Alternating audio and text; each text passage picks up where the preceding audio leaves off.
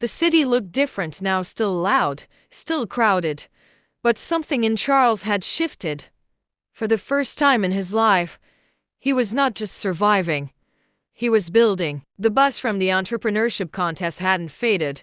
News of Charles's innovation Lift Up, a platform designed to connect skilled youth with opportunities in their communities, was spreading.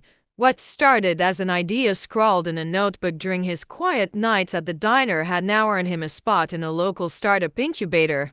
It wasn't fancy, just a narrow corner of a co-working space that smelled faintly of printer ink and burnt coffee.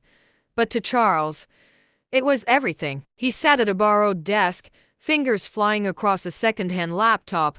A whiteboard behind him held a sketch of Lift Up's framework, messy, raw, but full of potential. Around him were other dreamers, typing, coding, failing, and trying again.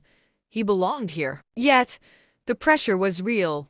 Every day brought a new challenge: buggy code, delayed responses from potential partners, rejections from small investors who smiled politely but said, "Maybe next quarter."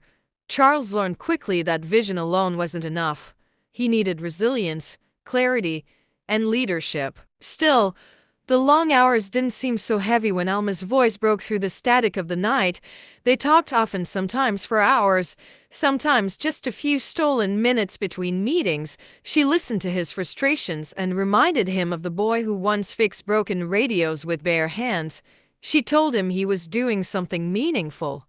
And every time he wanted to give up, her voice pulled him back. One rainy morning, the team, three passionate youths Charles had brought together, stood before him, bleary-eyed but excited. They had finished a prototype. A week later, Lift Up went live. The first few users trickled in: a young seamstress seeking clients, a local mechanic offering free training workshops, a retired engineer volunteering to mentor.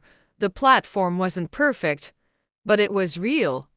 And it was working. Then came demo day. Charles stood on stage, his heart thundering in his chest. Judges and potential investors sat before him, pens ready. His presentation flowed, shaky at first, then steadier, growing in power and conviction. When he finished, the silence hung in the air for a breathless second. And then, applause. Not thunderous, not unanimous, but real. Back in his tiny office, Charles looked out the window at the pulsing lights of the city.